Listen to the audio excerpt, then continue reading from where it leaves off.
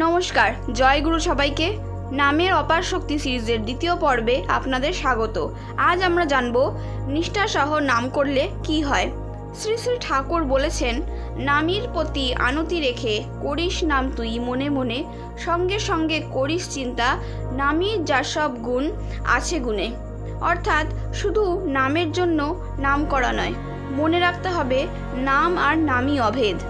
আমি অজবা নামে নামময় হয়ে আছি মানে আমার হৃদয় সিংহাসনে তিনি অধিষ্ঠিত আছেন। ভক্তের হৃদয়ই ভগবানের বৈঠকখানা। নামময় থাকা মানে ইষ্টময় থাকা, আর ইষ্টময় থাকা মানে ইষ্টের গুণাবলীকে ভাবে কাজে মকশ করে জ্ঞানে গুণে বলিয়ান হয়ে ওঠা।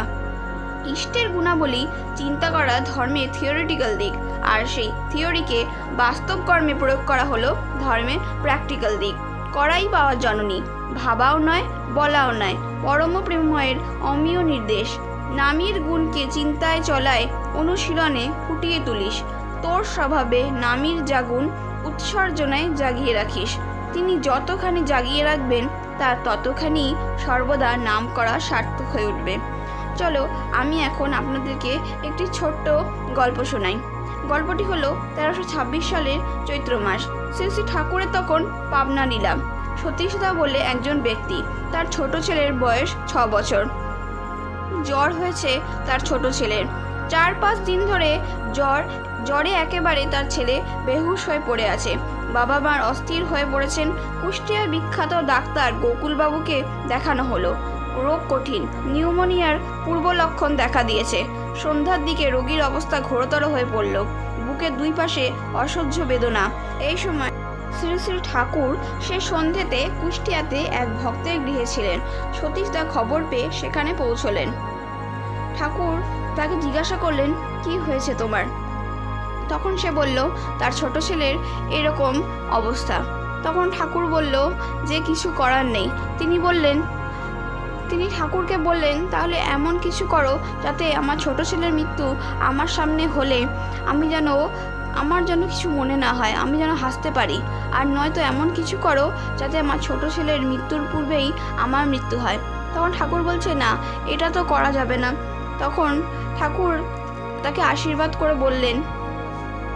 তখন ঠাকুর সেই মানুষটির সঙ্গে চলে এলেন তার বাড়িতে, এবং সেখানে তিনি তাকিয়ে থাকলেন তার ছোট ছেলেটির দিকে। এবং সে বিভিন্ন ডাক্তাররা সবাই বলে দিয়েছেন যে তার ছেলেকে আর বাঁচানো সম্ভব নয়। তার ডবল নিউমোনিয়া হয়েছে, 2 দিকেই প্রবল আক্রমণ, রোগীর জীবনের আশা বড় কম। তখন বিভিন্ন ডাক্তার, বিভিন্ন ভালো ভালো মানুষ যখন না বলে দিয়েছেন, তখন সবাই একজনের উপরই নির্ভর করে আছেন, যার প্রতি আসক্তিতে মানুষের বিচ্ছিন্ন জীবন ও জগতের সমস্ত বিরোধের চরম সমাধান লাভ হয়। তখন তিনি কি বলবেন সেই অপেক্ষায় সবাই রয়েছেন। তিনি দয়া করে দিলেন জীবনীয় বিধান। তিনি বললেন, পিতামাতার মনে বল, বিশ্বাস ও সত্যনাম মাহাত্ম্যে সবই হতে পারে, এ ছেলেও বেঁচে যেতে পারে। এই কথা বলেই শ্রী শ্রী ঠাকুর বিদায় নিলেন। ঔষধ একটাই, সেই নাম, নাম আর নাম। মহাশক্তি নামে ভরা। যে নামের গুণে অসার প্রাণে সারা জাগে, প্রাসান পান গলে যায়, শুষ্ক তরু মঞ্জরিত হয়, বোবা কথা বলে, শিলা ভাসে জলে। সেই নামই শেষ সম্বল সতীশদার। শুরু করলেন অখণ্ড নামযোগ। 16 আনা বিশ্বাস নিয়েই চলল নাম পর্ব। ভোর হতেই সেই ছেলে অনেকটা সুস্থ হয়ে উঠল। নামের অশেষ দয়ায়, নামের অপার গুণে। খুব শীঘ্রই শ্রী শ্রী ঠাকুরের শ্রীচরণে এই আনন্দের খবর নিবেদন করা হলো। তিনি সহাস্য বদনে বলে উঠলেন, জয়গুরু। আর কিছু না বলে হাসতে থাকলেন। ধন্য তার লীলা, বোঝে প্রাণ বোঝে যার। সত্যি ঠাকুরের নাম করলে তাহলে আমাদের কত ভালো হয়। এভাবেই আমরা নিষ্ঠাসহ নাম করতে থাকবো। আমাদের পরম পূজ্যপাদ শ্রী শ্রী বরদা বলেছেন যে আমরা যেন এবেলা 1/2 ঘন্টা ও বেলা 1/2 ঘন্টা যেন প্রতিদিনই নাম করি, তাহলে কিন্তু সব ক্লিয়ার হবে। সন্ধ্যায় টাইম পেলে করা যায়, দুপুরে খাওয়া দাওয়ার 4-5 ঘন্টা পর করতে পারা যায়। নাম ধ্যান করার অন্তত 8 ঘন্টা পর খেতে হয়, তার আগে নয়।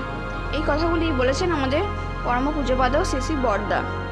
তাই আমরা তার কথা মতো এইভাবেই সবসময় নাম ধ্যান করার চেষ্টা করে যাব। আজকের এই ভিডিওটি এইটুকুই। হয়তো অনেক ভুল ত্রুটি আছে এর মধ্যে, ক্ষমা করে দেবেন। নেক্সট এপিসোডে আমি আরও সুন্দর করে নামের ওপর বিভিন্ন ভিডিও বানানোর চেষ্টা করব। জয় গুরু, বন্দে পুরুষোত্তমম।